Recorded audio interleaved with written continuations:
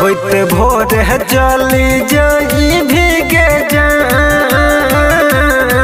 होते भोर चली जाई भीगे जान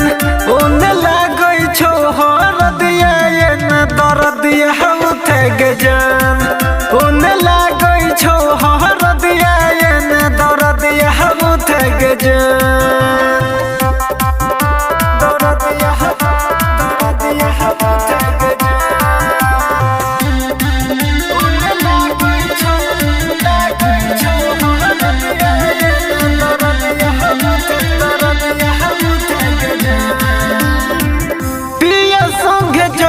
तो हमरा या त हम कल पतई गे अखिया सलोर गिरतई दिल बातार पतई गे सुना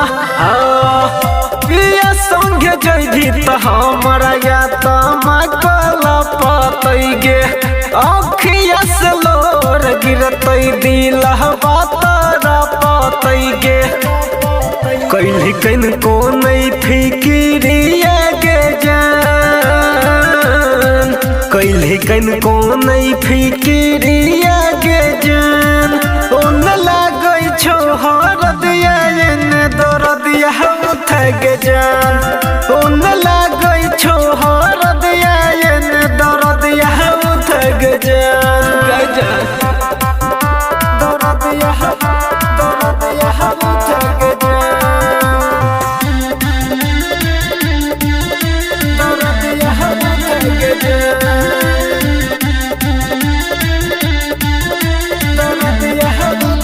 पहले तक करै छले रोज हम मुलाकात गे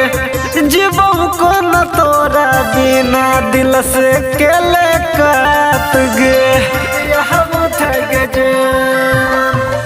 पहले तो रोज करै छले मुलाकात गे जीवो को न तोरा बिना दिल से कोइले काट गे सहनी रोशन के छूत तो परान संजित सहनी के छूत तो परान उन लागै छो हरदिया न दरदिया उठे गे जान उन लागै छो हरदिया न दरदिया उठे गे जान।